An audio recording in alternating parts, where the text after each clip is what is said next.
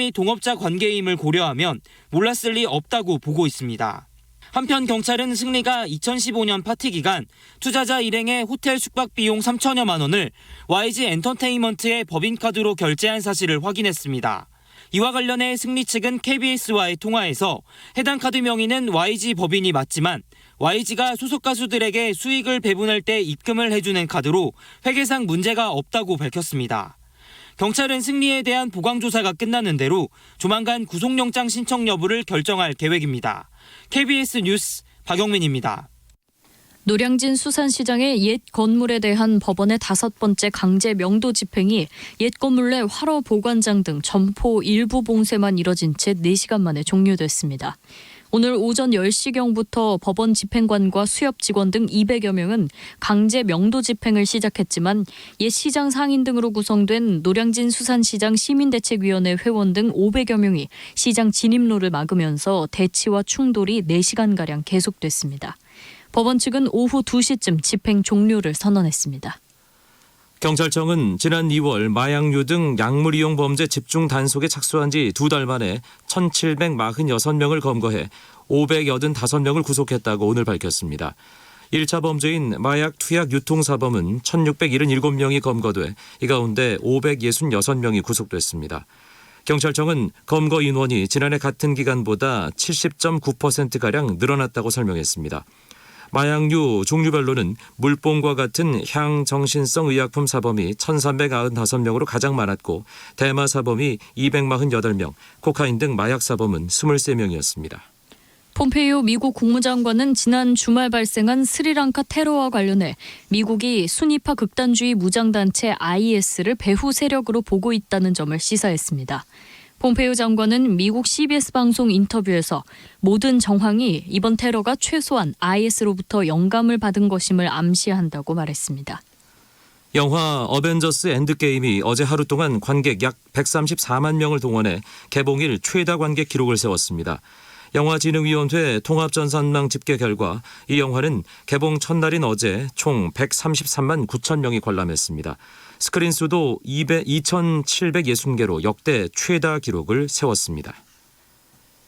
1분기 GDP 성장률이 큰 폭으로 하락했다는 소식이 전해지며 오늘 코스피는 하락 마감했고 환율은 2년 만에 달러당 1,160선을 넘어섰습니다. 코스피는 전 거래일보다 10.53포인트 내린 2,190.50의 거래를 마쳤습니다. 코스닥 지수는 전장보다 7.39포인트 내린 750.43으로 마감했습니다. 서울 외환시장에서 원달러 환율은 전 거래일 대비 9.6원 오른 1,160.5원에 마감했습니다. 원달러 환율이 1,160원을 넘은 것은 2017년 1월 이후 처음입니다. 오늘의 주요 스포츠 소식은 하무림 기자가 전해드립니다. 미국 프로야구 피츠버그의 강정호가 시즌 4호 홈런포를 쏘아올리는 등 맹활약했습니다. 강정호는 애리조나전에서 팀이 5대1로 뒤진 6회 말 선두 타자로 나서 가운데 담장을 넘기는 한 점짜리 홈런을 때려냈습니다. 이외에도 2루타를 기록한 강정호는 홈런포 한 3타수 2안타에 볼넷 1개를 골라냈습니다. 강정호의 시즌 타율은 1할 4푼에서 1할 6푼 7리로 올랐지만 소속팀 피츠버그는 애리조나에 11대2로 졌습니다. 음주운전 사고로 무리를 일으킨 프로야구 SK 와이번스의 강승호가 중징계를 받았습니다. 한국야구위원회 KBO는 오늘 상벌위원회를 열어 강승호에게 90경기 출장 정지 처분을 내리기로 했습니다. 강승호는 제재금 1,000만 원에 봉사활동 180시간의 징계도 받았습니다. 강승호는 지난 22일 경기도 광명시에서 음주운전을 하다 도로분리대를 들이받는 사고를 냈습니다. 잉글랜드 프로축구 맨체스터 시티가 맨체스터 유나이티드와의 라이벌전에서 2대0 완승을 거뒀습니다. 승점 3점을 더하며 승점 89점을 기록한 맨시티는 리버풀을 승점 1점 차로 제치고 리그 1위 자리를 탈환했습니다. KBS 뉴스 하무림입니다. 오늘 밤은 전국에 비가 오겠고 기온이 낮은 강원 산지에는 눈이 오는 곳이 있겠습니다. 내일은 아침에 서울 등 서쪽 지방부터 비가 점차 그치겠지만 충청 내륙과 남부 지방은 대기가 불안정해 오후에도 산발적으로 비가 오는 곳이 있겠습니다. 동풍의 영향을 받는 동해안 지역도 내일 밤까지 비가 이어지겠습니다. 예상 강수량은 강원과 충북, 경북 북부 동해안 지역이 10에서 40mm, 그 밖의 지역은 5에서 20mm입니다. 내일 아침 기온은 서울이 8도 등 전국이 6도에서 13도로 오늘보다 2도에서 5도 정도 낮겠고 낮 기온은 바람이 강하게 불어 쌀쌀하겠습니다. 일라디오 저녁 종합뉴스 아나운서 김지원, 이광용이었습니다.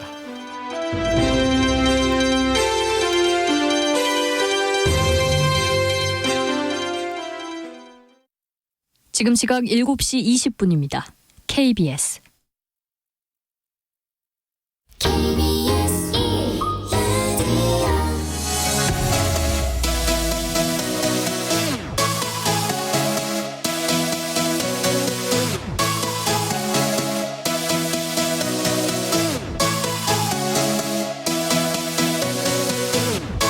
KBS 열린 토론.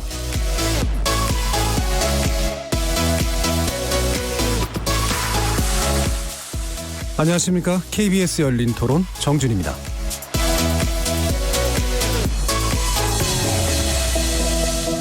KBS 열린 토론 매주 목요일은 평소의 찬반 토론의 형식을 좀 벗어나서 깊이 있는 지적 탐구를 시도해 봅니다.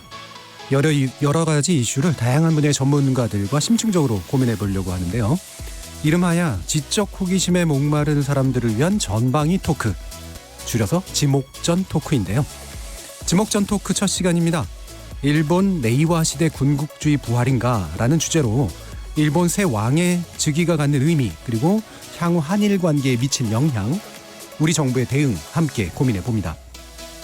이어서 두 번째 주제는 전 세계를 돌며 매일매일 새로운 기록을 써내려가고 있는 대한민국의 자랑, BTS죠. 지구촌의 우상 BTS를 다뤄보고자 합니다. 방탄소년단의 성공성 메시지라는 주제를 놓고 지적 갈증을 한번 풀어보겠습니다. KBS 열린 토론은 여러분과 함께 만듭니다. 청취자분들도 지목전 토크와 함께 하시면서 경색된 한일 관계에 대한 고민과 해법, 그리고 BTS의 성공 여인에 관련된 여러 가지 의견들 보내주시기 바랍니다. 토론에 참여하실 수 있는 방법 안내해드리겠습니다. 문자로 참여하실 분은 샵 9730번 누르시고 의견 남겨주시면 됩니다.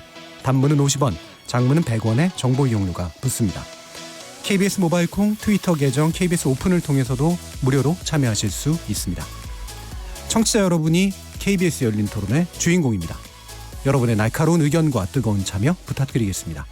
KBS 열린 토론 지금부터 출발하겠습니다.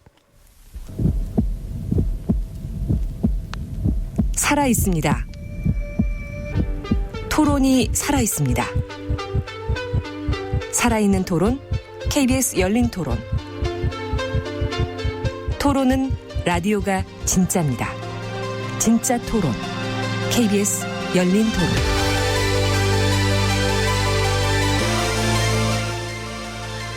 먼저 오늘 함께 하실 분들 소개하겠습니다. 참 좋은 경제연구소 이인철 소장 나오셨습니다. 안녕하세요. 예, 안녕하세요. 자, 그리고 한국 여성 변호사의 이사이신 손정혜 변호사도 함께 하십니다. 안녕하세요. 안녕하세요. 손정혜입니다. 자, 그리고 나머지 두 분은 우리 지목전 토크의 첫 시간에 특별 게스트로 모신 분들인데요. 일본 전문가시죠. 양기호 성공회대 일본학과 교수 오셨습니다. 안녕하세요. 네, 안녕하세요. 자, 그리고 이분은 대중문화 평론가이신데 타칭 이렇게도 부르십니다. 아이돌 전문가.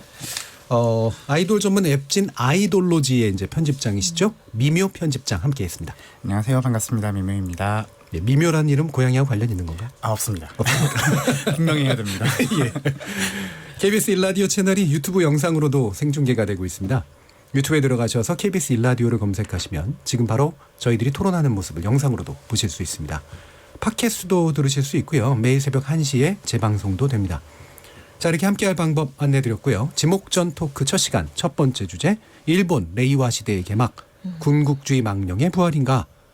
지금부터 본격적으로 시작해 보겠습니다. KBS 열린 토론.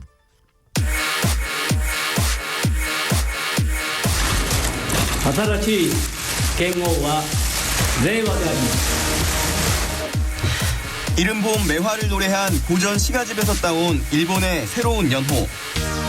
아베 신조 일본 총리는 아름다운 마음을 맞대면 문화가 태어나 자란다는 뜻이 담겨 있다고 설명했습니다. 레이와 시대는 다음 달 새 일왕의 즉위와 함께 시작됩니다. 한일 관계가 악화일로인 상황에서 한일 간 얽힌 실타래를 푸는 데 있어 새 일왕이 역할을 할 수 있을 것이란 기대도 나옵니다.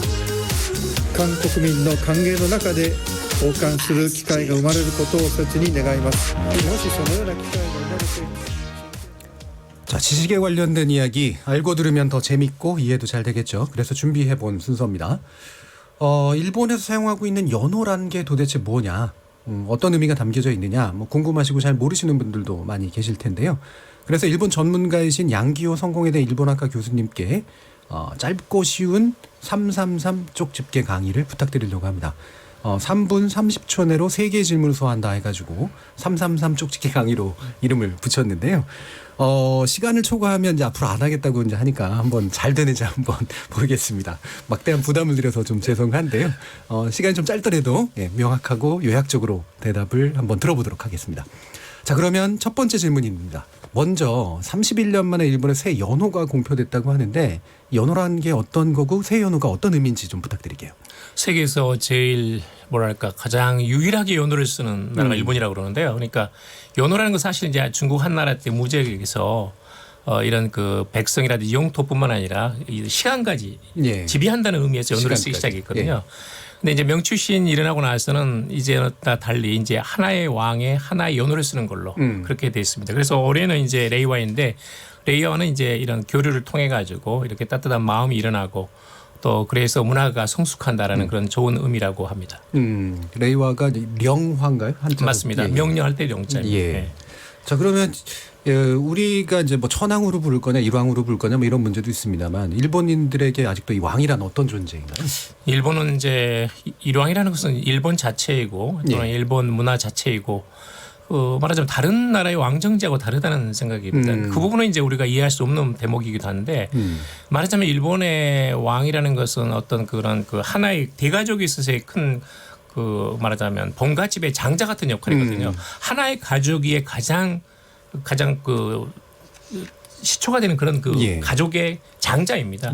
그런 점에서는 다른 영국의 왕이라든지 또는 어떤 그런 유럽의 왕이라든지 이런 거하고 약간 상당히 다르지 않나. 또 이제 다른 나라와 달리 만세일기라고 하는데 별로 이렇게 2000년 동안 그 왕실이 바뀌지 않고 하나의 혈통을 통해서 이어왔거든요. 그런 점이 좀 독특하죠. 예.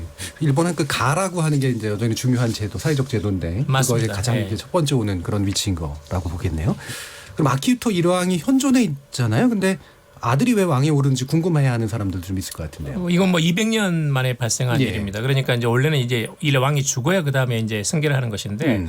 본인이 이제 건강 문제로 인해 가지고 도저히 이런 의전 같은 걸 소화해낼 수 없다. 지방 행사도 소화해낼 수 없다 해서 일단 국사를 이유로 해서 건강을 이유로 해서 조금 물러나겠다는 것을 밝혔습니다. 그래서 이제 2년 전에 특별법을 만들어 가지고 이전에는 없던 일을 지금 200년 만에 다시 지금 본인이 물러난 살아생전에 이걸 일본에서 생전퇴위라고 하거든요. 생전퇴위하면서 이제 지금 왕세자가 다음 달 1일부터 지금 왕이 되는 취임하는 그런 상황입니다. 예, 옛날처럼 뭐 권력자까지는 아니니까 상징적 존재니까 뭐 그렇게까지 심각한 건 아니라도 양위라고 또 조선시대 때는 불렀잖아요. 맞습니다. 예, 근데 일각에서는 보니까 이게 그 둘째 아들인가로 넘어가게 될 가능성이 있어서 미리 주는 거다 뭐 이런 식의 설도 있던데. 아닙니다. 지금 이제 그 왕실에서 왕실 전범이 있거든요. 거기는 이제 왕실 승계 그 순위가 다 정해져 있고 특히 이제 문제는 아까 그 말씀하신 것은 지금 그 왕세자 부부가 아들이 없습니다. 딸만 있거든요. 그래서 그리고 이제 둘째 아들은 아들이 있습니다. 그래서 아마 순서가 지금의 왕세자 그리고 나서 둘째 아들의 아들 이렇게 지금 넘어갈 순서로 되어 있습니다. 그 순서는 다 정해져 있습니다. 이미 정해져 있고요. 네. 예, 잘 들었습니다. 그 시간은 뭐 충분히 아주 짧게 잘 사용해 주신 것 같고요. 그러면 다른 분들께도 좀 그 관련된 질문을 드려야 될 것 같은데 이인철 소장님께 한번 부탁드려 볼게요. 이게 4월 초에 일본에서는 연호 결정 과정을 생중계까지 하는 거로 알고 있었는데 아까도 이제 방송에도 잠깐 나왔고요. 도대체 이 연호 변경이 어떻게 무슨 어떤 영향이 있길래 또 특히나 경제 같은데 어떤 영향을 준다고 들었는데 이건 무슨 얘기입니까? 하필이면 오늘 우리 경제에 정말 안 좋은 소식이 전해졌거든요. 아마 경제부 기자들은 가장 바쁜 날이 아닐까.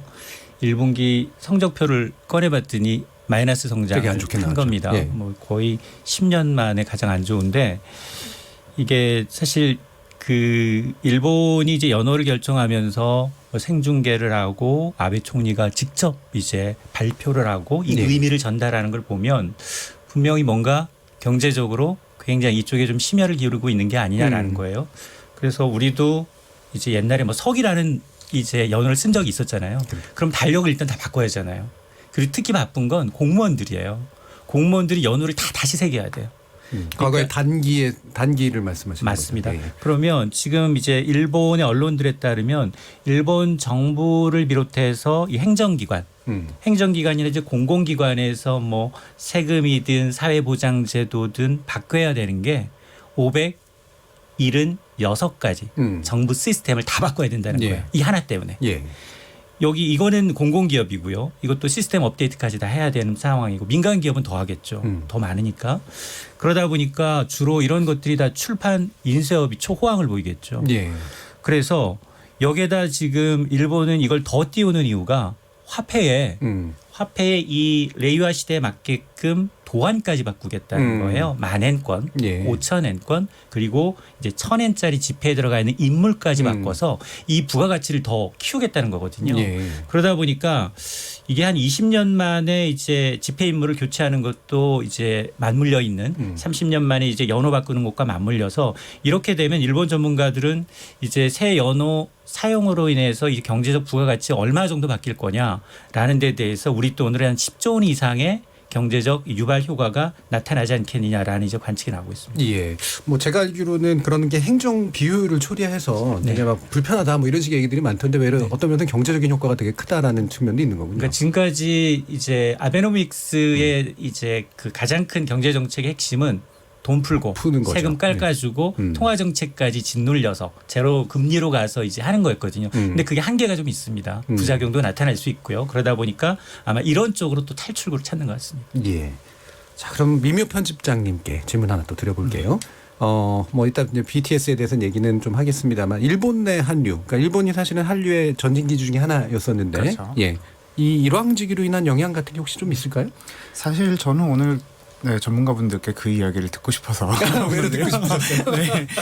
근데 사실 한류가 뭐 이제 역사가 길어지면서 점점 예. 분위기도 많이 변하고 있어서 과거에 비해서 요즘 일본에서의 한류는 조금 더 어린 팬들이 많고 또 그 팬덤의 충성도 같은 것도 상당히 높은 편이라고 그렇게 알고 있습니다. 예. 그래서 반한 감정이 늘 쭉 있었고 뭐 정치적인 상황 때문에 이렇게 막 들락날락하고 그런 일들이 계속해서 있었지만 최근 들어서는 이 팬들은 네, 뭐 반한 감정 이런 거는 약간 코웃음도 안 치는 그런 분위기도 상당히 있는 걸로 보입니다. 예, 그러니까 어떤 면에서 한일 문화교, 그러니까 정치하고 좀 다른 의미에서의 어떤 예. 베이스가 된다라고 볼 수가 있을 텐데요.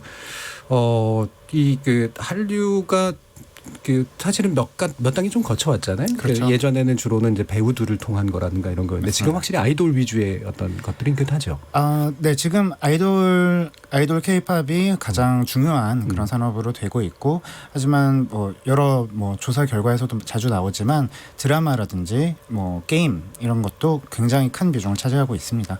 예, 알겠습니다. 자, 그러면 네, 좀 더 본격적으로 이제 일본 왕실이나 연화에 관련된 얘기로 좀 한번 들어가 보려고 하는데요.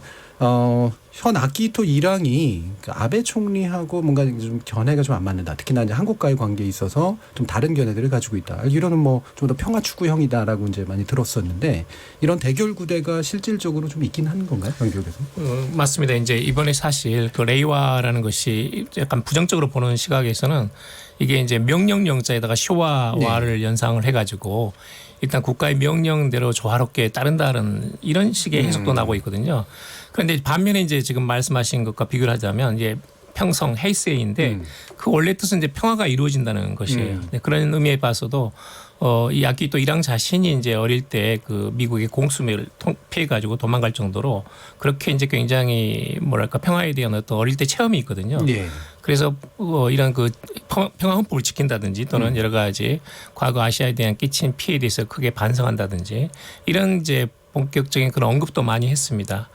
그리고 또 특히 아베 수상이 이제 지속적으로 헌법 개정을 하는 것에 대해서 물론 이제 이 일왕은 국사 행위에 개입할 수는 없습니다. 예. 그렇지만 이제 8.15 이런 그런 일본의 패전일 때 발언을 통해 가지고 여러 가지 그런 이야기를 한 바 있습니다. 또 1998년인가요? 이제 김대중 대통령이 일본을 방문했을 때도 한때 그 귀국에 큰 고통을 준 것에 대해서 굉장히 미안하게 생각한다는 그런 발언을 한 적도 있고 본인이 또 이제 2001년에 본인 생일 때 그 여러 가지 속일본기라는 일본의 역사서가 있는데 거기에 따르면 본인이 그 백제 문영왕릉의 그 딸이 이 왕실 일본 왕실에 말하자면 시집을 와가지고 굉장히 한반도에 깊은 애정을 느끼고 있다든지 또 본인이 이제 사실은 한반도 한국을 특히 방문하고 싶었는데 하지 못해서 지난번에는 이제 그 동경 근처에 있는 고마 이제 말하자면 고구려 우리나라 한반도에 관련된 그 신사가 있습니다.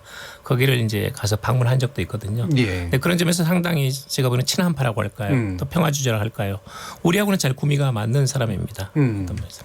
자, 그래서 그 새로 이제 일왕에 즉위하게 되는 이제 나루히토 왕세자에 대해서도 좀 궁금증이 생길 수밖에 없을 것 같은데 이게 아버지하고 비슷한 성향인지 아니면 되게 다른 성향인지 이게 또 어떤 영향 같은 게 있는지 이런 호기심이 좀 생길 것 같은데요. 기본적으로 이제 일본 내에서는 그 일왕에 대한 어떤 그런 친근감이 지금 높아졌습니다. 특히 젊은 그 왕이 지금 즉위할 예정이다 보니까 약 74% 정도로 지금 높아졌거든요. 그런데 지금 나루히토 지금 왕세자는 이전에는 물론 이제 보통 이제 일본 왕실에서 주로 이공계 특히 식문학 같은 것을 이렇게 관심이 있었는데 이 사람은 이제 일본 중세사에 대해서 관심을 가지고 있습니다. 예. 그래서 이제 물류사 또는 이제 물 또는 이제 이런 그 교통 이런 부분에 대해서 관심을 가지고 있고 한국인과 비슷한 것은 등산을 아주 좋아합니다. 더구나 이제 그 왕세자와 같이 빈과 같이 예. 프린세스 두 명 다 이게 등산 아주 애호가라서 아마 정말 이제 한국에 오면 어떤 설악산이라든지 그런 그 북한산이라든지 자연스럽게 방문하는 것도 좋지 않을까 하는 생각이 들 정도로 예. 상당히 애호가입니다. 그리고 한국과의 인연은 조금 있습니다만 이제 정명훈 유명한 분 계시지 않습니까? 그 음악가. 그래서 굉장히 그 비올라 전문가입니다. 아주 수준 높은 전문가이고 해서 같이 협연한 적도 있고 지금 왕세자 부부와 그다음에 정명 씨 부부하고도 이렇게 저녁 식사를 할 정도로 그렇게 그 가까운 사이로 알고 있습니다. 예. 물론 이제 이 그 평화헌법이라는 것이 이제 일본 왕실의 국사 행위를 금지하고 있어가지고 그렇죠. 한일 관계는 뭐 이렇게 바람직하겠다 그런 언급은 한 적은 없습니다만은. 지금 그 전쟁의 참화가 잊혀지고 있다 이런 것들을 미래 세대에게 제대로 전달돼야 된다라는 그런 언급을 한 적이 있고 특히 작년에 이제 남미에서 그 세계 물 포럼이 있었습니다. 이제 이 나루히토 왕세자가 세계 물 포럼 이제 명예 총재입니다. 그래서 작년에 이제 이낙연 총리께서 가가지고 가까운 시일 내에 한국을 방문하셨으면 좋겠다라는 요청을 했고 본인이 이제 할 수 있다면 그런 가능한지를 검토하겠다 이렇게 답변한 걸로 알고 있습니다. 예. 말씀하신 것처럼 이제 일왕이 정치적으로 뭔가 실질적인 영향력을 행사할 수 있는 자리는 아니기 때문에 외려 이제 뭐 한일 관계나 이런 데 정책 발언을 한다거나 그러면 역효과도 날 수 있을 것 같은데 말씀처럼 좀 되게 좀 인문 쪽이나 문화 쪽에 관심이 많은 분이고 그래서 만약에 그런데 국민들의 어떤 신망을 받으면서 문화적인 쪽에서 이렇게 영향을 좀 주면 좀 긍정적인 부분들이 좀 있지 않을까라는 생각이 좀 드는데요. 이런 게 이제 우리 뭐 한일 관계에서 위안부 합의나 역사회복 문제 이런 거하고 좀 연관이 될 수 있을까요? 근데 이제 우리 쪽으로서는 아무래도 그 일본의 전쟁 책임이라는 것이 여전히 이 그 이미지가 강하고 또 역시 이런 그 위안부 강제징용 최근에 이렇게 대법원 판결 또는 재단 회사 안에서 나온 것처럼 피해자가 직접 살아있지 않습니까? 그렇죠.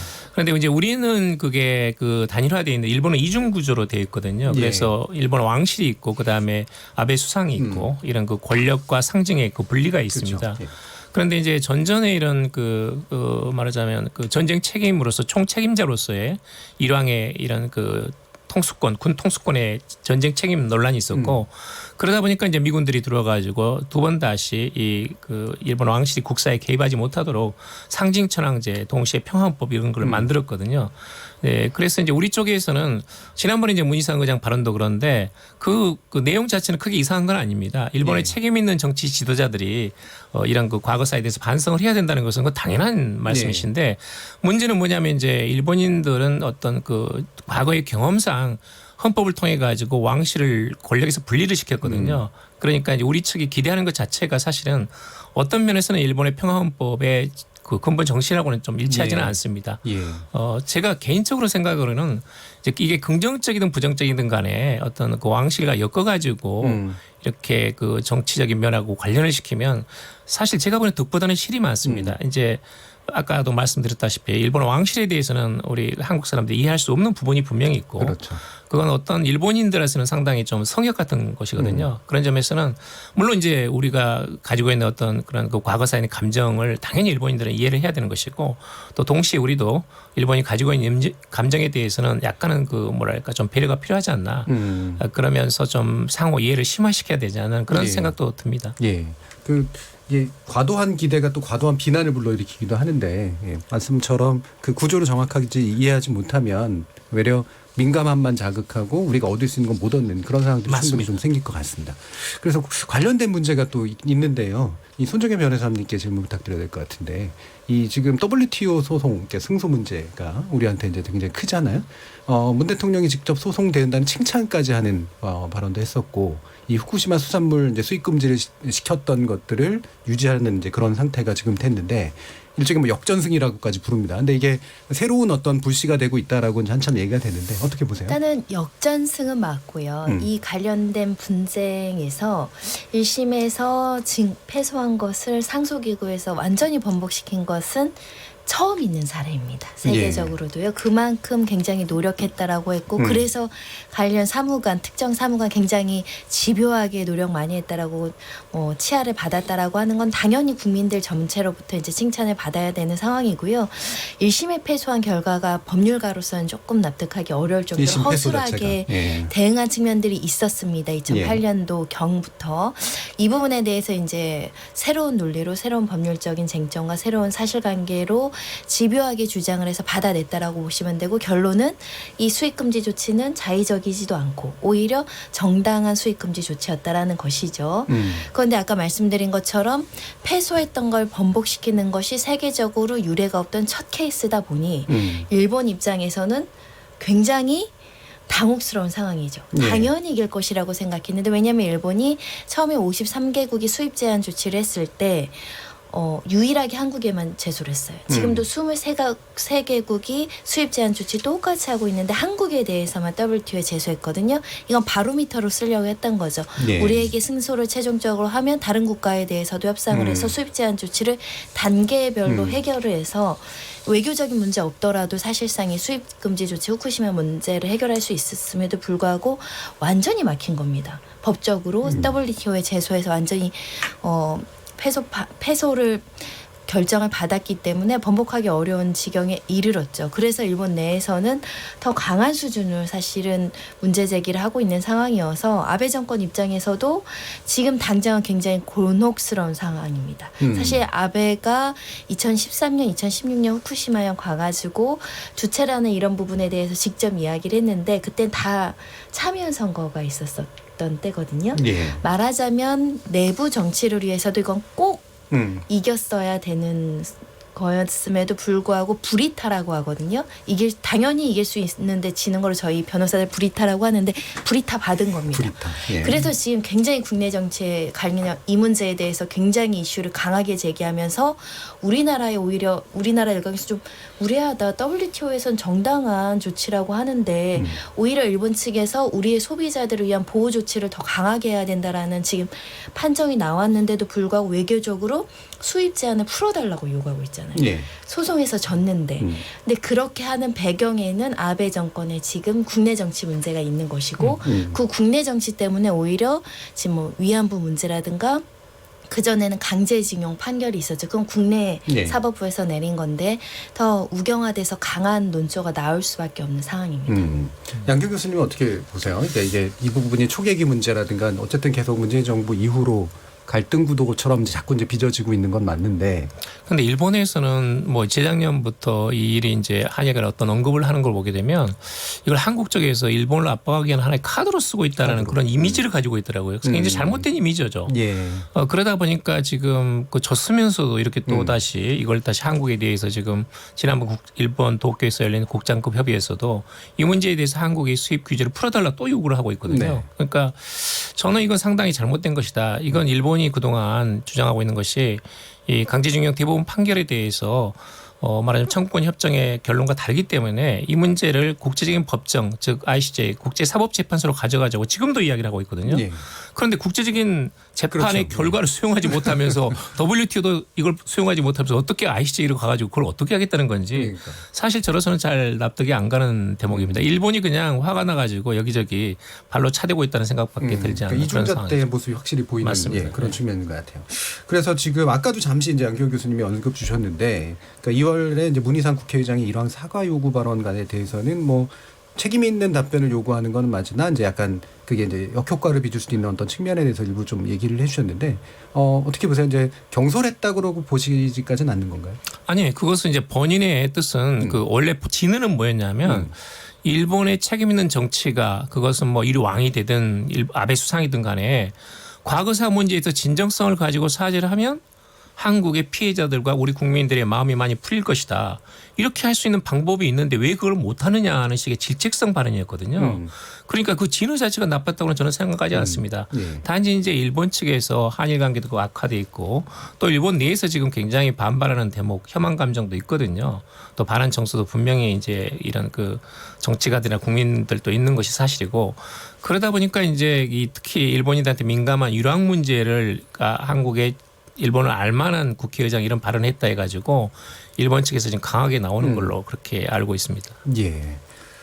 아까 뭐 잠깐 또 나온 얘기입니다. 이제 나루히토 일왕 너무 좀 앞서가는 얘기일 수는 있겠는데 이제 뭐 방한을 하게 되거나 그다음에 방한 시에 뭐 등산도 하면서 사과까지 혹시 더 할 수 있다면 좋겠다라는 게 이제 우리의 바람이긴 한데 그 가능성 측면에 대해서는 뭐 어떻게 보시는지 모르겠네요. 저는 이제 뭐랄까 또렷하게 자기 이미지가 있는 분은 아니거든요. 근데 이제 하나 이렇게 안심이 되는 것은 그 국제적인 경험이 굉장히 풍부하다.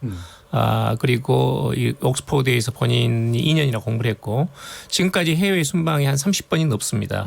그러다 보니까 어떤 이런 국제적인 감각도 뛰어나고 다른 외국에 대한 이해도도 굉장히 높다고 생각합니다. 특히 이제 그 지금 왕스 잡힌 이제 앞으로 왕후가 되는데 이 마사코는 이제 외교관 출신이고 또 본인도 옥스퍼드에서 하버드에서 공부도 했거든요. 그래서 어떤 면에서는 이제 외무성학에서 이런 부분에 대해서 주변 국가의 어떤 그야말로 지금 레이아라는 거기서 말한 것처럼 이거 전부 다 영어로 하면 뷰티풀 하모니거든요. 그렇죠. 일본인들만의 뷰티풀 하모니는 아니죠, 절대. 그건 한국, 중국과 또는 북한과의 뷰티풀 하모니인 것이고 예.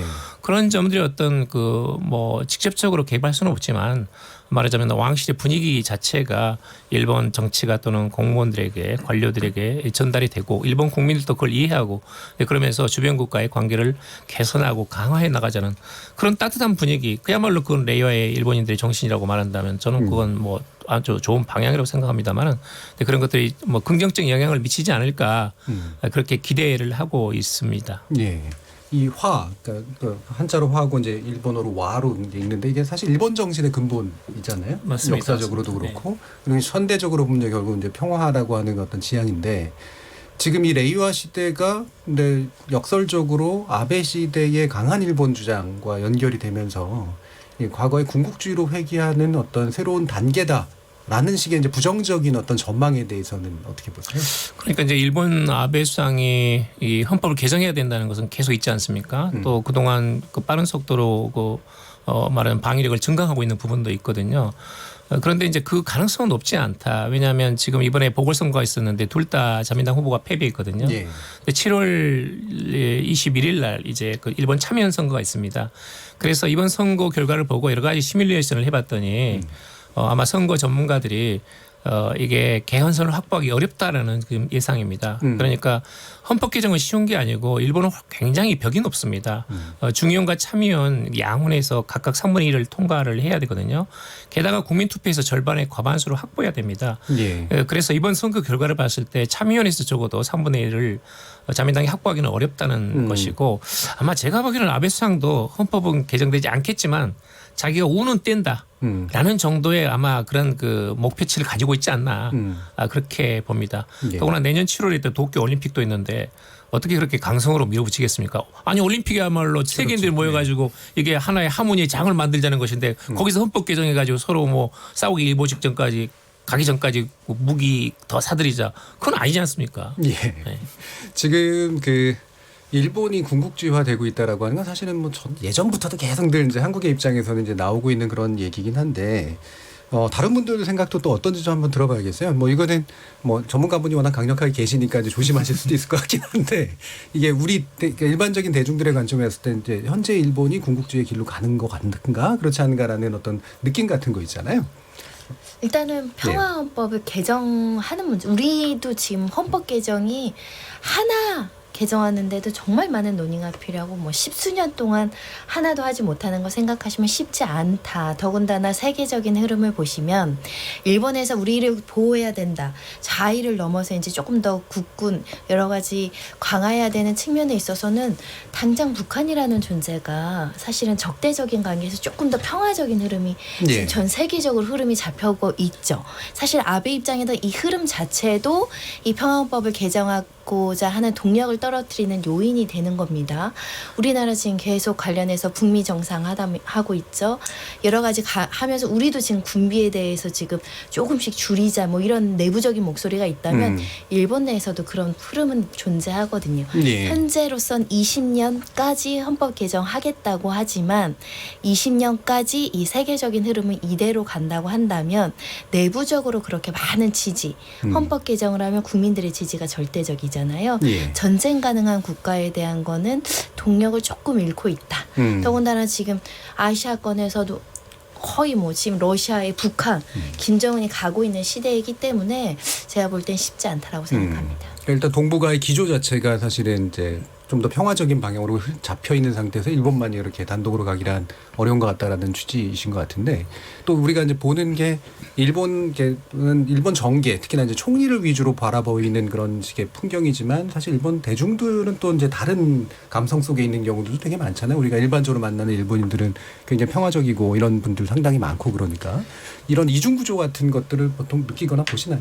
그러니까 지금 뭐 저는 어차피 이제 경제적 정치적인 걸 빼고 이제 경제적인 측면을 보면 일본은 내각제다 보니까 다수당의 이제 집권 여당의 총재가 당연히 이제 총리직을 맡다 보니까 지금 아베 총리는 지난해 3선에 성공을 했어요. 그래서 9년은 임기가 보장이 돼 있고요. 여기다가 4번 도전하겠다는 거예요. 12년까지. 근데 지금은 반대 여론이 좀 많습니다. 그러니까 지금 이 탈출구를 어떻게 보느냐. 일본은 전략적으로 강자한테 되게 약합니다. 그리고 약자한테 한 사람을 집요하게 물고 늘어지는 성향이 있어요. 그래서 사실은 미국과 중국이 무역전쟁이 끝나고 난 다음에 화살이 일본으로 갈 줄 알았어요. 근데 오히려 유럽 쪽으로 가고 있거든요. 그럼 그런 틀을 보면 일본은 더 자주 스킨십을 해요. 트럼프 대통령과. 그러면서 지금 보면 계속해서 지금 여러 가지 우리나라와는 지금 최악의 외교 관계다 보니까 이걸 경제 문제로 제재하려 하는 움직임이 보이고 있거든요. 그런 것들이 이제 굉장히 고위 관료들의 입에서 경제 보복 얘기가 나오고 있는데 뭐 관세, 송금, 비자 문제까지 거론이 되고 있습니다. 그러다 보니까 당장 6월에는 오사카에서 G20 정상회담이 있어요. 근데 이례적으로 정상회담에서는 20개 국가 정상들이 각각 면담을 좀 하거든요. 그런데 불구하고 이제 문재인 대통령과는 정상회담을 하지 않겠다. 벌써부터 언론에 흘리고 있거든요. 이런 걸 보면 자 이게 정말 일본이 계속해서 이제 아베 정권이 앞으로도 2021년까지는 임기를 보장받았지 않습니까? 그러면 계속해서 우경화는 더 심해질 수 있다. 근데 경제의 측면에서는 이제 일본과는 우리는 뗄래야 뗄 수가 없거든요. 계륵과 같은 존재야 경제적인 측면에서. 그래서 실물적으로 외교의 이제 고위 관료들이 못 푼다 하더라도 실무적으로 좀 풀어줘야 되는 부분이 실무적으로. 네. 그렇죠. 일종의 동반자 관계니까 사실은. 네. 자, 근데 지금 새 여호노를 고안한 것으로 알려진 분이 이제 나카시 니시 이제 오사카 여대 명예 교수인데 이분이 이제 얼마 전에 아베 총리를 향해 좀 일침을 날렸다고 해요. 그러니까 이제 이 연호 자체에 대한 오독이랄까 오용이랄까 이런 식의 부분에 대한 관련된 것 같은데 어떤 내용입니까?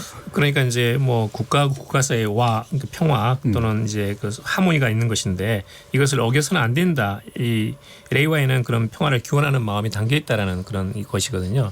본인이 직접 이제 이런 그 일본이 절대 한반도를 침략했던 그런 과거를 잊어서는 안 된다. 그리고 그런 일이 두 번 다시 재발해서는 안 된다라는 식의 이런 그 해석을 내렸어요. 그런 면에서는 사실 일본인들은 이게 뭐냐면 자칫 그 오해받을 수 있습니다. 왜냐하면 그 만엽집이라는 것이 제일 옛날 군국주의 때 예를 들면 이제 가미가제들이 가기 전에 그 조국에 몸을 바치면서 부르는 시의 일부로 인용되는 게 있었거든요. 그러니까 이제 또 최초로 이제 지금까지는 이제 그 주로 중국제 그 한자를 가져왔었는데 이번에 최초로 248번째 연호가 일제 연호입니다. 그러니까 만엽집이라는 일본에서 가장 오래된 시가집에서 그래서 이제 그런 점들을 아마 이 나카니시 교수가 경계하기 위해서 그런 식으로 악용돼서는 안 된다는 것이 이것을 만든 나의 기본적인 심정이다. 이걸 아마 두 번 더 한 번 더 강조한 게 아닌가. 그런 점에서 아마 아베 수상에게 따끔하게 아마 충고를 한 게 아닌가 그렇게 생각합니다. 그러니까 연호라는 게 실제로 시대 정신을 반영하거나 시대 정신을 보여주려고 한다는 얘기가 있던데 실질적으로 좀 그런 면이 있나요? 아니 그냥 저는 뭐 그렇게 꼭 그렇게 보지는 않습니다. 이제 해석하기 나름인데요. 사실 이제 이 전체 문장을 보게 되면 초범에 이제 이 공기가 깨끗하고 그다음에 맑은 어떤 흐름 같은 것이 있어가지고 거기서 사람들이 만나고 거기서 문화가 생겨나고 또 문화가 성장하고 어떤 면에서는 인간 한 명 한 명이 이렇게 성숙하고 굉장히 이런 좋은 시입니다. 굉장히 아름다운 시고 그런 점에서는 이것을 만약에 그런 식으로 생각을 해가지고 연호를 만들었다면 그건 크게 잘못된 거죠. 이건 그 본래 이 시의 이 본질에서 크게 벗어난 거다 이렇게 생각합니다.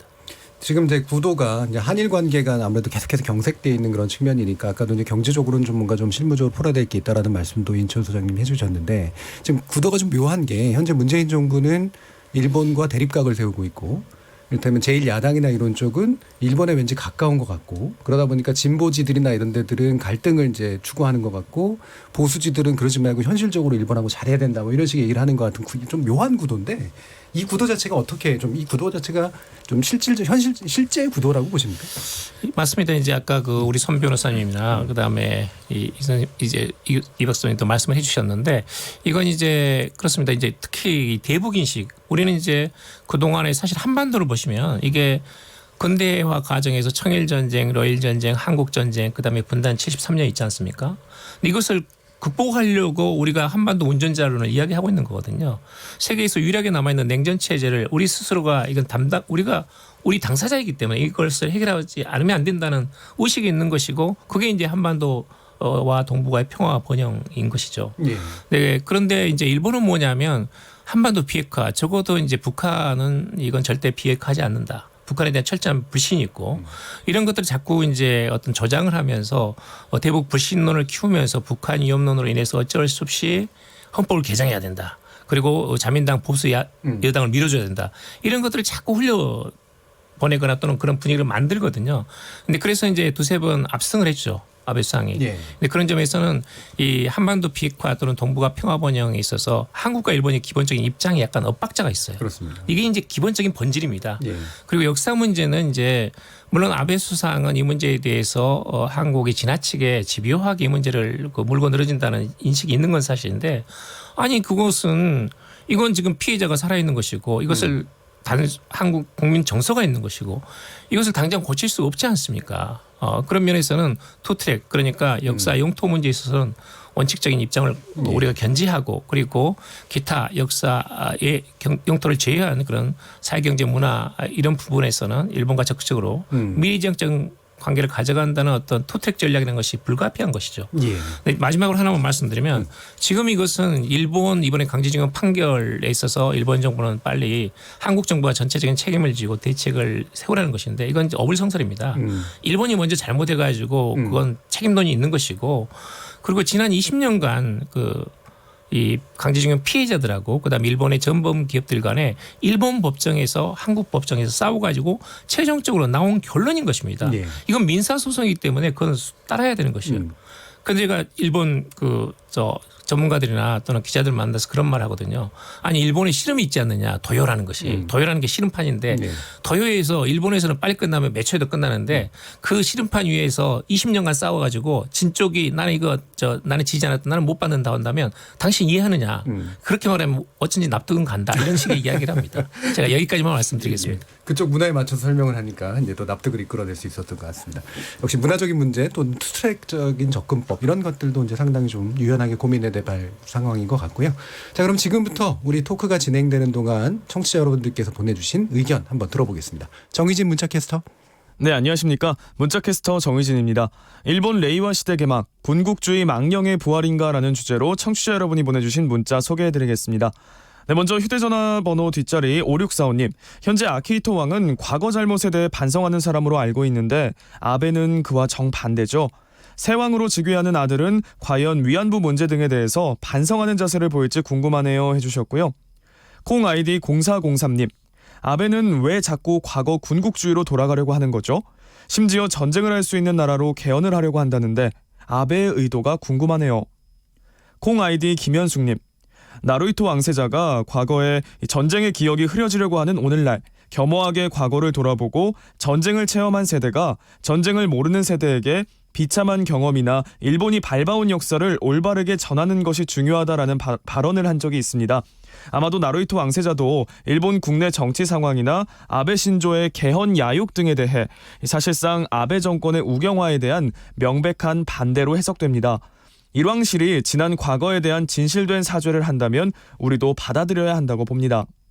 콩 아이디 9109님. 일본에도 우익은 반한 감정을 정치적으로 이용하는 것 같은데 참으로 치사한 정치쇼라고 생각합니다. 라고 보내주셨네요. 네, KBS 열린 토론. 지금 방송을 듣고 계신 청취자 모두가 시민 농객입니다. 문자는 샵 9730으로 참여하실 수 있고요. 단문은 50원, 장문은 100원의 정보 이용료가 붙습니다. KBS 콩, 트위터 계정 KBS 오픈을 통해서도 무료로 참여하실 수 있습니다. 청취자 여러분들의 날카로운 시선과 의견 기다리겠습니다. 지금까지 문자캐스터 정의진이었습니다. 예, 청취자 여러분들이 대부분 새로 즉위하는 왕이나 이제 기존의 아키히토 왕에 대해서 이제 좀 긍정적인 인식들이 좀 있으신데 기대감도 좀 있으신 것 같고요. 좀 더 좋은 방향으로 한일 관계가 잘 풀렸으면 하는 그런 마음을 갖게 됩니다. 지금까지 이제 한일 관계에 관련된 이야기를 좀 들어봤고요. 또 청취자 의견도 받아봤습니다. 다음 달 1일 새 일본 왕의 즉위와 함께 변경되는 일본의 새 연호 레이와의 의미와 파장, 그리고 향후 한일 관계 전망까지 일부 좀 담아서 첫 번째 지목전 토크를 통해 호기심을 좀 풀어봤습니다. 여러분께서는 KBS 열린 토론과 함께하고 계십니다.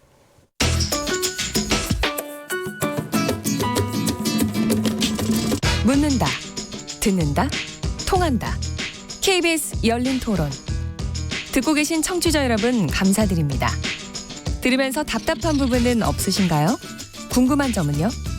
그렇다면 함께 토론에 참여하시죠. 유료 문자 샵 9730을 이용하시면 됩니다. 단문은 50원, 장문은 100원의 정보 이용료가 있습니다. 스마트폰 어플리케이션 KBS 모바일 콩을 통해서도 무료로 참여하실 수 있습니다. KBS 열린 토론은 언제나 열려 있습니다. 듣고 계신 KBS 열린 토론은 매일 밤 1시에 재방송됩니다. Ladies and gentlemen, BTS.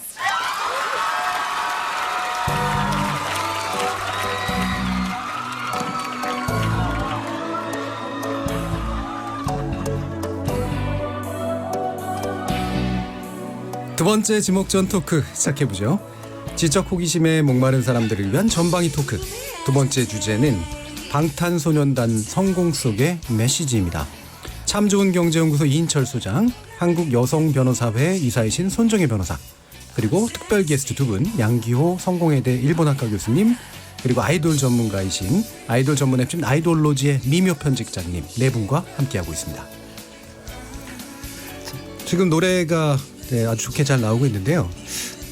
이 스튜디오 안의 분위기는 외로 경색되는 듯한 느낌도 들고 있습니다. 이게 안척을 해야 되나 모른 척을 해야 되나 뭐 이런 고민이 얼굴 속에서 스쳐 지나가는 그런 모습인데요.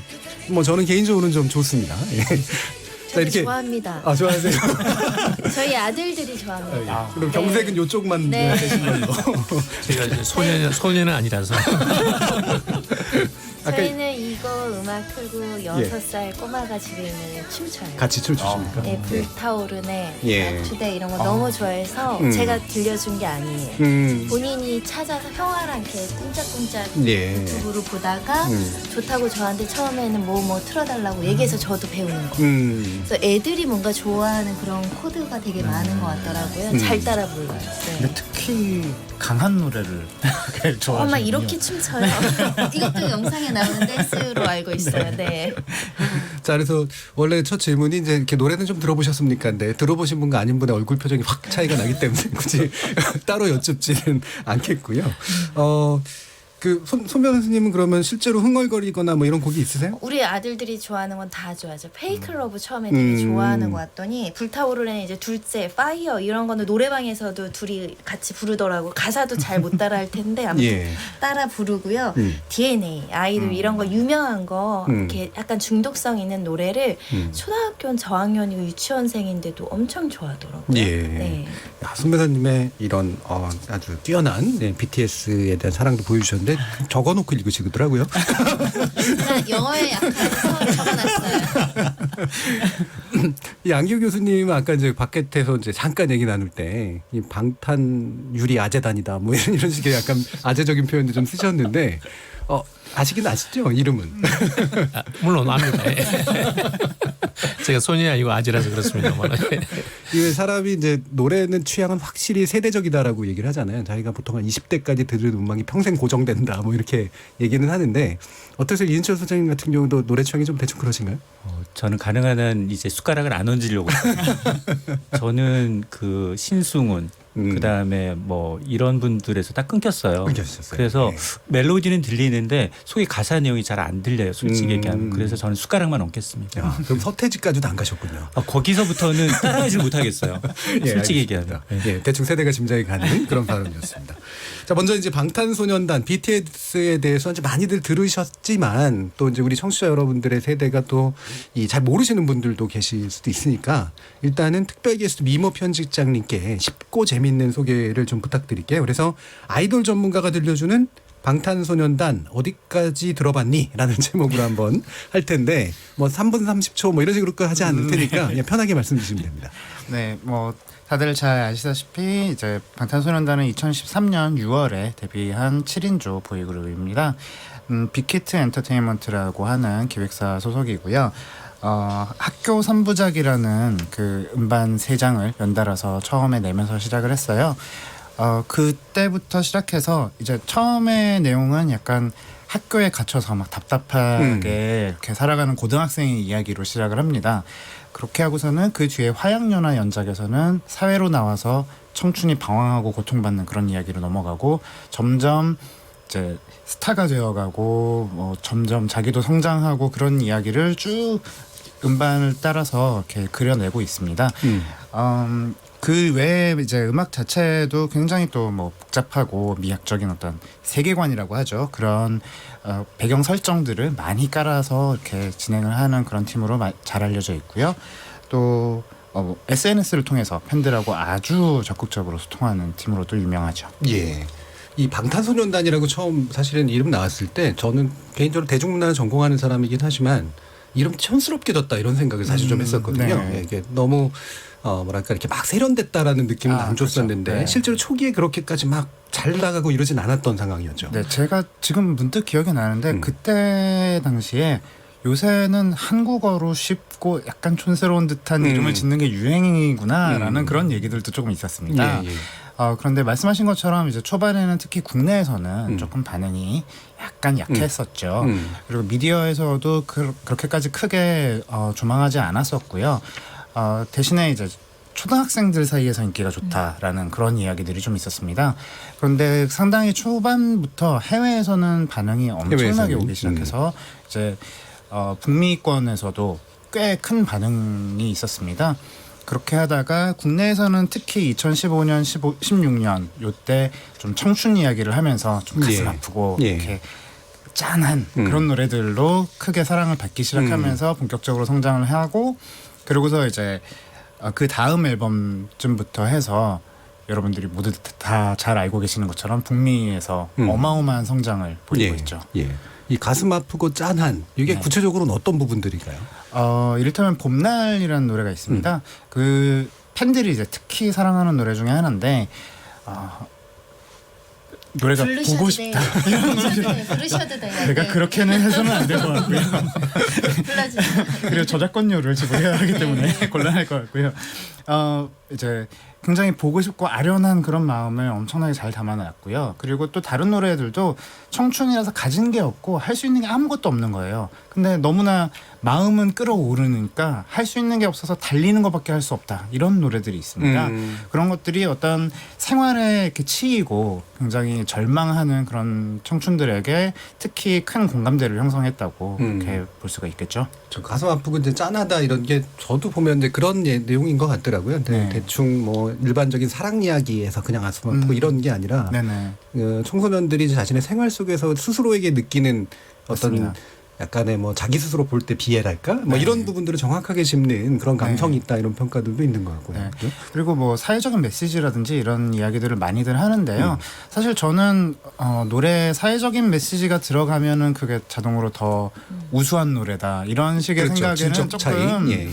네 약간 거리를 두고 싶은데요. 방탄소년단의 경우에는 뭐 약간 무작정 세상을 바꿔야 돼 뭐 이런 노래를 한다기보다는 지금 현실에 굉장히 어둡고 힘들고 고통스러운 그런 면들을 뒤에 깔아놓고 이야기를 합니다.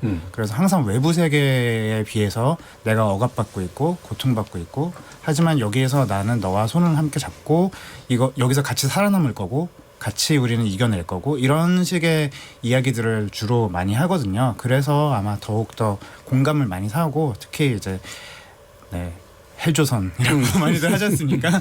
요새 이제 청춘들이 굉장히 힘든 그런 시대다 보니까 그런 것들이 더 큰 위로가 되는 것 같습니다. 선배 선생님은 어느 정도 시점부터 BTS를 인지하기 시작하셨어요? 아까 말한 그 노래를 우리 애들이 집에서 틀어놓고 춤추기 시작할 때부터 같이 추자고 할 때부터 뮤직비디오를 틀어놓고 저희가 저희 노는데 그래서 제가 봤어요. 관심을 갖기 시작해서 봤는데 이미 유명해질 때예요. 그때는.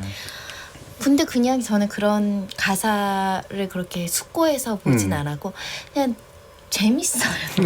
음감도 좋고요. 중독성이 있고요. 굉장히 세련됐고요. 뮤직비디오를 보시면 그런 안무하고 그 춤에 대한 연출이나 이런 것 자체가 그냥 대중음악으로서도 굉장히 손색 없이 그 젊은 친구들이 정말 환호할 만큼의 그 박력이 있거든요. 그리고 젊음이 있어요. 에너지가 굉장히 많아요. 뮤직비디오도 연출도 굉장히 잘한 것 같아요. 색감이 되게 예뻐요. 그렇죠. 왜냐면 안무도 BTS 상당히 머리가 좋고. 머리 색깔도 절묘하게 굉장히 잘 어울려요. 네, 그런 하나하나의 조합이 잘 어울려져 있는 그룹. 그리고 제가 무슨 기사에서 보니까 그 연습생 시절이죠. 연습생 시절 다 가난하다고는 하는데 연습생 시절에 무슨 배달 아르바이트라는 친구가 있다고 해요. 그래서 다쳤대요. 배달하다 보면 다칠 수 있죠. 그 과정에서 이제 십시일반 도와가면서 소속사에서 도와주면서 이렇게 극복해 놨다라고 하는 거 보니까 그 가정들이 좀 공감이 되는 거죠. 어린 나이에 자기 꿈이 무명으로 끝날 수도 있잖아요. 그렇죠? 우리 요즘 그룹 같은 거 한 100개 생기면 거의 뭐 90개는 망한다고 하더라고요. 그럴 수도 있는데 본인이 그런 배달 아르바이트 하면서 꿈을 키워갔다라는 것에 굉장히 공감을 했습니다. 그래서 흔히 이제 흑수저 아이돌이라는 게 이들을 초기에 부르는 그런 말이 됐고 말 그대로 이제 성장해 나가는 걸 같이 공감하는 팬들이 이른바 이제 아미라고까지 부르는 물론 줄임말이기도 하지만 이제 부대라는 뜻도 있는 거잖아요. 이 아미 얼마나 강력합니까? 지금 뭐 인터넷상에서 방탄소년단에 대해서 함부로 말하면 좀 곤란한. 저도 조심하고 있습니다. 네, 이제 우리가 이 방탄소년단의 팬덤을 왜 아미라고 부르냐 하면은 사실 K-팝 아이돌 세계에서 팬클럽 이름은 기획사에서 정해줍니다. 그러니까 뭐 외국의 그런 팬덤들처럼 뭐 사람들이 주위에서 이렇게 적당히 이름 따서 말장난하면서 이렇게 불러주는 그런 이름이 아니고 기획사와 아이돌과 아주 밀접하게 연결이 돼 있는 그런 이름이죠. 그래서 방탄소년단이 이제 청소년들이 맞아야 하는 그런 총알을 막아주는. 그래서 우리가 이렇게 같이 살아남을 수 있는 그런 방탄조끼 같은 존재가 되겠다라는 그런 의미로 지었다고 하고요.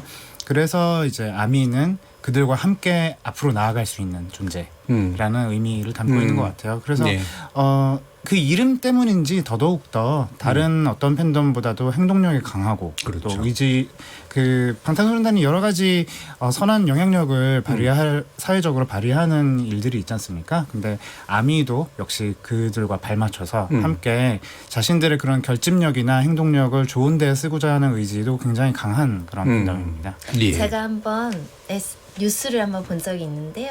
BTS가 SNS를 잘하잖아요. 멤버 중에 한 명이 방향제를 한번 올렸어요.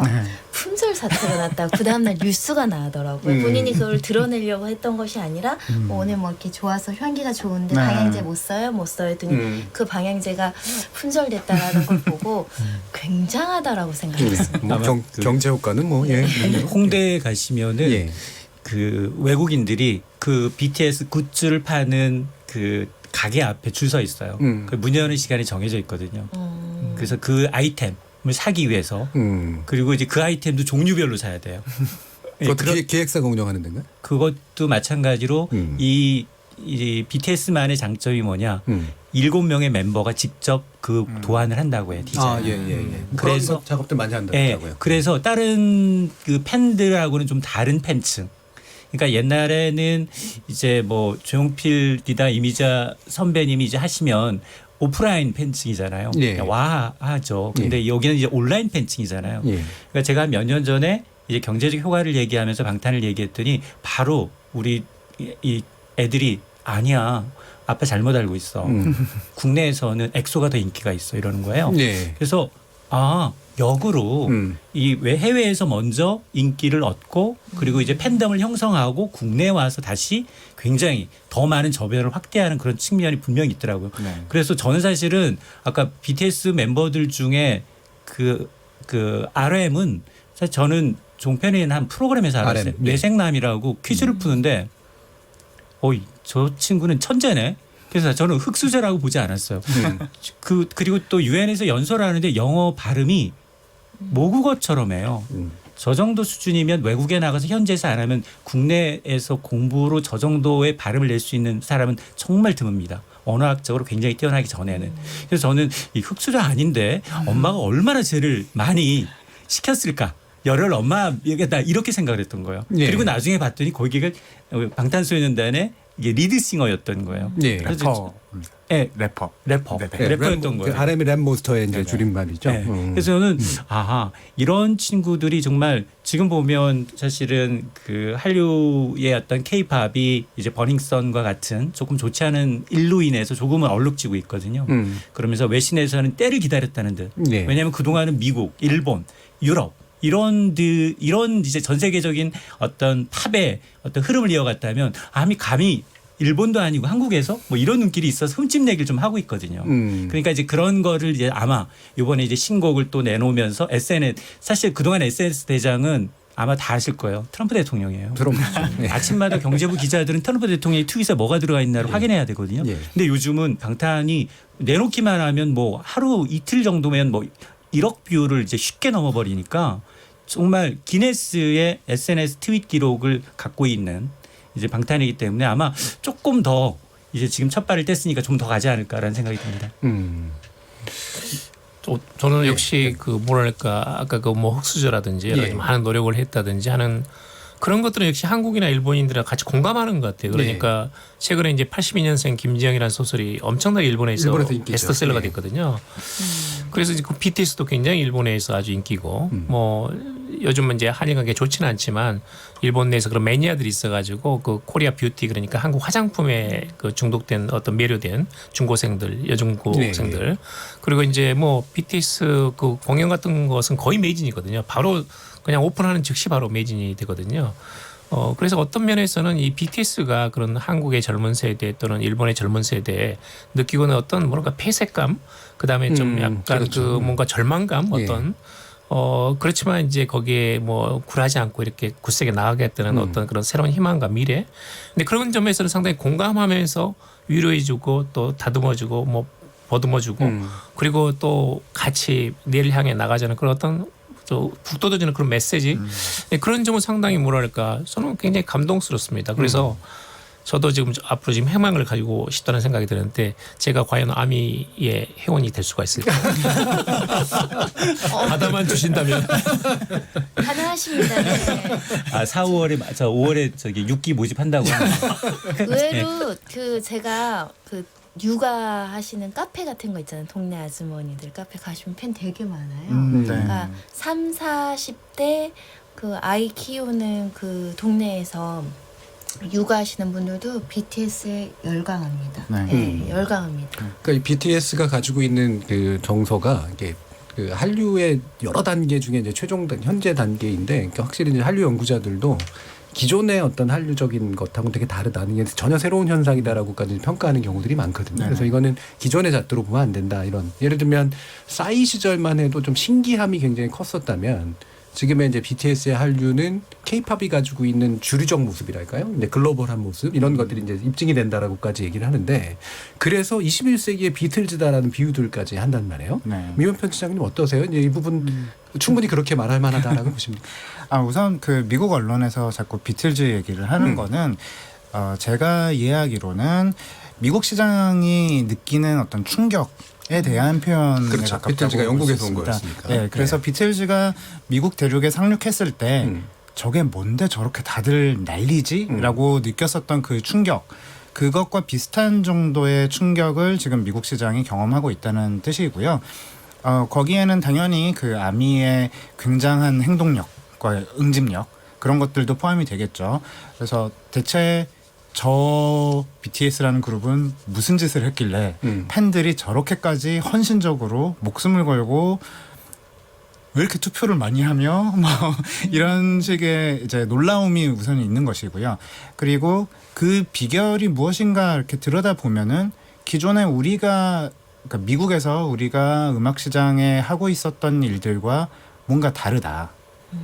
여기는 노래만으로 승부하는 것이 아니고 이 노래에 결부되어 있는 어떤 시각적인 요소와 서사적인 요소, 그리고 또 거기에 더한 어떤 인물의 매력, 이런 것들이 하나로 응집이 돼서 서로 이렇게 톱니바퀴가 짝짝 맞아 들어가는 그런 일종의 종합예술이구나. 그런 식의 어떤 새로운 포맷으로서의 K-팝을 느끼고 있는 것이죠. 그렇기 때문에 그런 엄청난 생경함, 그리고 팬들의 놀라운 충성도에 대한 어떤 경탄, 그런 것들이 합쳐져서 이제 비틀즈까지 이야기를 하는 것 같고요. 또 이번에 최근에 이번에 새로 나온 앨범이 그 빌보드 앨범 차트에서 11개월 만에 3장이 연달아서 이제 올라가지 않았습니까? 이런 것 맵 오브 더 소울 이제 이거 네. 말씀하시는 거죠? 네, 맞습니다. 예. 근데 그 기존의 기록은 비틀즈거든요. 예. 그 정도의 성과를 거둔 것은. 그리고 사실 비틀즈보다 살짝 빠르기까지 더 합니다. 빠르게. 네. 예. 그렇기 때문에 이제 그런 식의 이야기들을 꾸준히 하고 있는 것이고요.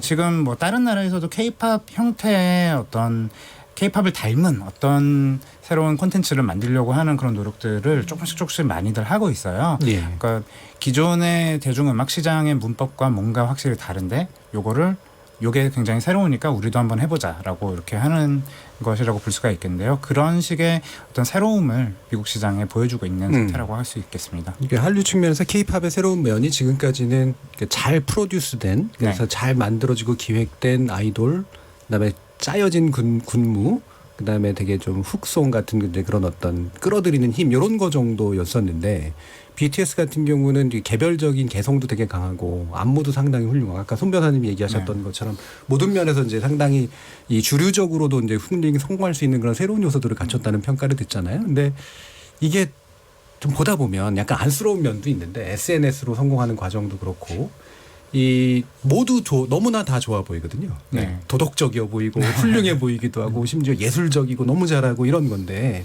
이게 너무 신화적이 되고 이른바 왕관이라고 하는 것들을 쓰다 보면 이렇게 무게가 어느간 쓰러질 수밖에 없는 상태가 오는데, 이런 부담감 같은 건 좀 느끼지 않을까 이런 생각이 좀 있거든요. 네, 그 최근에 앨범 관련된 기자회견에서도 굉장히 무거운 이 무게감을 느끼고 있다라는 이야기들을 멤버들이 좀 했었고요.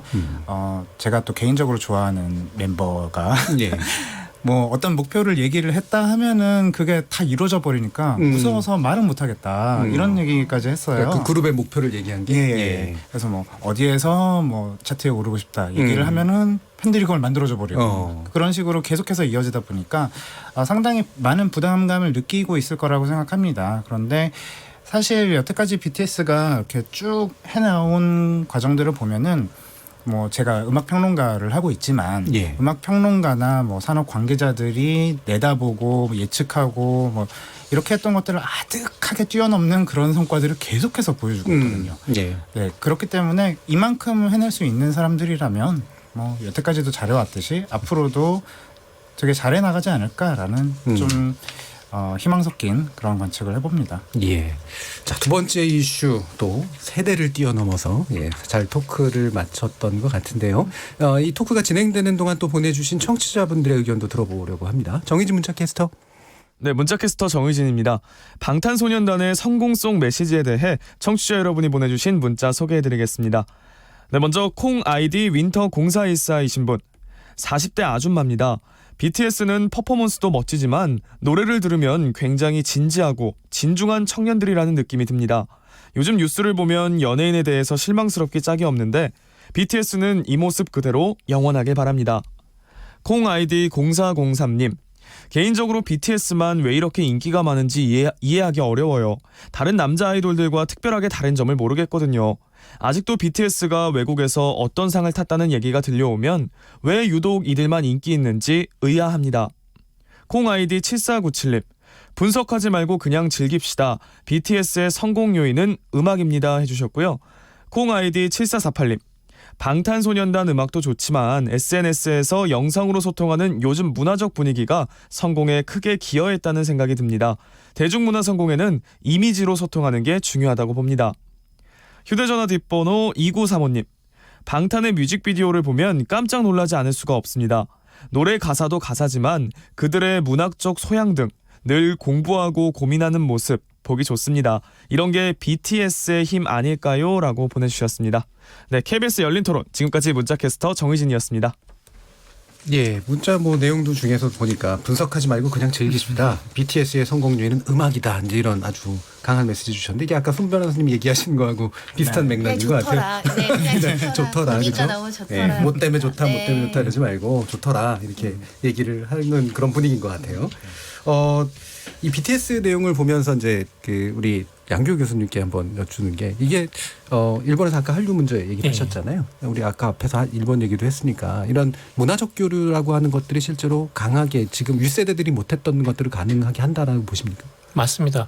사실 저희들 그 젊었을 때만 해도 젊었을 때 뭐 죄송합니다. 그런 말이 좀 적절하지 않은 것 같습니다만은 그러니까 이런 김연아 같은 경우에도 그 뭐랄까 이렇게 명절 때 우리가 보는 것은 대부분 백인 그 젊은 여성들이 하는 그 피겨스케이팅이거든요.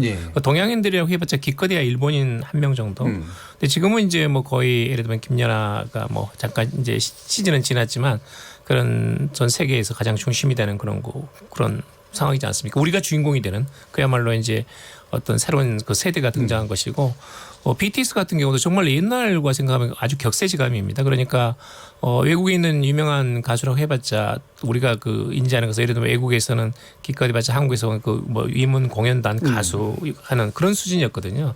글로벌 어떤 그런 가수는 나오지 않았었죠. 그런 면에서는 한국이 어떤 면에서는 경제력이 성장했다. 한국이 세계 12, 13위 경제 대국이 있다고 이야기하는데 저는 그것보다는 어떤 문화의 힘. 이제는 상당한 문화대국으로 점점 한 발짝씩 나가고 있다는 것이고 근데 그런 점에서 정말 그 김구 선생님이 말씀하신 그런 백범일지에서 문화의 향기가 꽃피우는 그런 큰 대국이 되기를 바란다는 것은 그야말로 지금 새로운 세대가 하나씩 그것을 성취해가고 있는가. 있지 않는가 하는 그런 생각마저 듭니다. 예, 미명표 측장님, 우리 그 BTS를 그냥 대한민국의 자랑이다 했는데 이게 단지 그냥 외국주의적으로 또 접근하는 거는 이제는 굳이 좀 그렇게까지 필요 없을 것 같고요. 이 BTS 자체만으로 만약에 본다면 세계적으로 어떤 의미가 있다 이렇게 보십니까?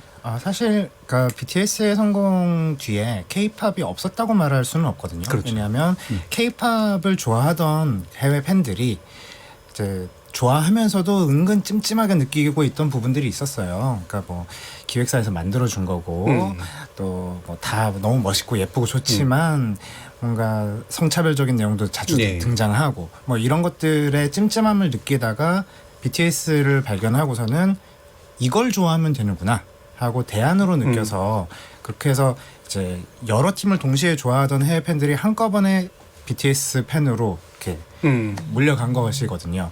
그러니까 K-팝이 없이 BTS가 있었다고 말할 수는 없지만 K-팝의 안티테제로서 BTS가 어떤 역으로 예. 네, 그렇게 진출한 부분도 분명히 있다고 생각합니다. 예, 예. 서로 같이 발전해 나가는 네, 그렇죠. 그런 양식이 되는 거죠. 서로 네. 경쟁하면서. 네. 자, 오늘 개편을 맞은 KBS 열린 토론 매주 목요일마다 만나게 되는 순서로 지적 호기심에 목마른 사람들을 위한 전방위 토크, 줄여서 지목전 토크 첫 시간에 가져봤습니다. 일본 레이와 시대 개막, 군국주의 망령의 부활인가, 그리고 방탄소년단의 성공성 메시지라는 두 가지 주제를 가지고요. 네 분의 전문가와 함께 여러 가지 논의를 풀어봤습니다. 오늘 함께해 주신 네 분 전문가님들께 감사하다는 말씀 전합니다. 감사합니다. 감사합니다. 그리고 참여해 주신 시민 논객, 청취자 여러분들 모두 감사드립니다. 청취자 여러분들의 적극적인 참여로 만드는 KBS 열린 토론, 토론을 통해 우리 사회 합의의 길을 찾아나가도록 하겠습니다. 저는 내일 저녁에 다시 뵙겠습니다. 지금까지 KBS 열린 토론 정준희입니다.